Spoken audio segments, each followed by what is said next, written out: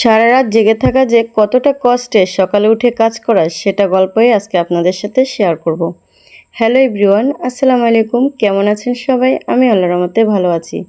সকালবেলা উঠে আগে ডিম লাইটগুলো বন্ধ করলাম, জানালা খুলে বাইরে দেখলাম অনেক আলো। জানেন তো, এটা কিন্তু সকাল।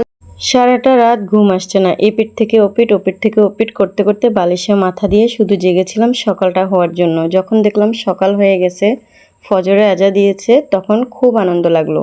আর ফজরে আজানের সাথে সাথে আজকে হচ্ছে নামাজটা পড়েছি, তার জন্য অনেক বেশি খুশি লাগছে, আলহামদুলিল্লাহ। তো এদিকে দেখেন, সকালে আমি রান্নাঘরের জানালা খুলে দেখছিলাম বাইরের ওয়েদারটা। অনেক বেশি কুয়াশা আর অনেক কিচিমিচি পাখির ডাক, যেটা আমার খুব ভালো লেগেছিল।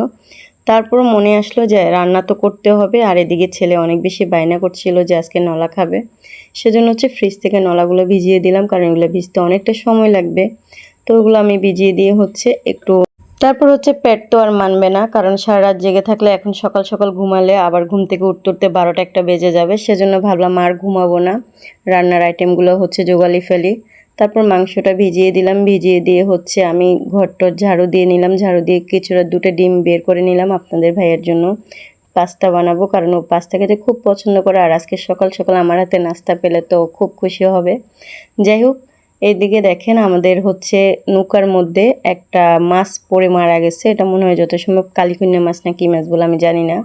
আসলে মাছ যখন অনেক বেশি লাফায় রাত্রেবেলা, তখন মনে হয় এটা উঠে গেছিলো নৌকার মধ্যে, তারপর দেখে মরে ফুলে আছে।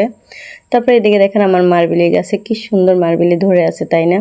এগুলো কিন্তু আপনাদের ভাই খুব পছন্দ করে, আমার ছেলেরাও পছন্দ করে, মাঝে মানে প্রতিদিনই ধরে এটা।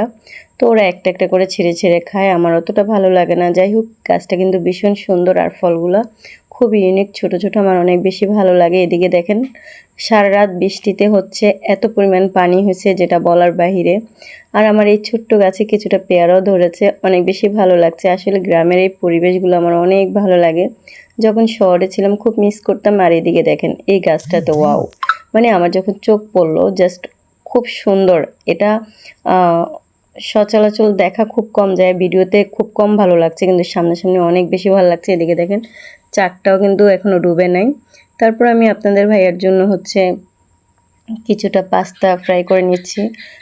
এখনও আপনার মাত্র 6টা বাজে, আমার ঘুম আসছে না, ভাবলাম যে ওর জন্য নাস্তাটাও বানিয়ে ফেলি। তারপর হচ্ছে আমি এখানে কিছুটা চিকেন দিয়ে দিছি, তারপরে সয়া সস, টমেটো সস, তারপরে একটা ডিম দিয়েছি, কাঁচামরিচ, টমেটো, ধনিয়া পাতা, পেঁয়াজ এগুলো দিয়ে হচ্ছে ওর জন্য পাস্তাটা ফ্রাই করতেছি। এদিকে দেখেন পাস্তাগুলো কি সুন্দর একদম ঝরঝরা হয়েছে। কিছুটা আটাও আমি হচ্ছে ডো করে নিয়েছি, ওটা হচ্ছে পরোটা বানাবো।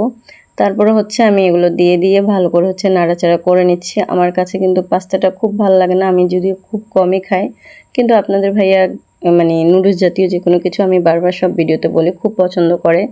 তারপর হচ্ছে ওর জন্য সুন্দর করে সাজিয়ে নিলাম, ও কিন্তু এখন উঠে নেয়। তারপরে সুন্দর করে সাজিয়ে আমি নিজে একটু খেয়ে নিলাম হালকা, জাস্ট আপনাকে দেখানোর জন্য, কারণ খাবারটা কেমন হয়েছে জাস্ট এটা দেখলাম। আর একটা ডিম সিদ্ধ খেয়েছি, এটা সত্যি কথা। তারপর দীর্ঘ 1 বছর পর আমি আজকে 1 কাপ চা খাবো। ভাবলাম যে সারা রাত ঘুমানো মাথাটা প্রচুর ব্যথা করতেছে, তো ভাবলাম যে মাথাটা একটু ফ্রেশ হবে, একটু চা খাই। তারপর অল্প একটু চা বানিয়ে নিয়েছি, অনেক দিন পর চা খাচ্ছি, বিশ্বাস করেন গাইস, অনেক ভালো লাগে আমার মানে চা খেতে। যাই হোক, আজকের ভিডিওটা এই পর্যন্ত ছিল, নলার ভিডিওটা পরবর্তী ভিডিওতে দেবো। সবাই ভালো থাকবেন।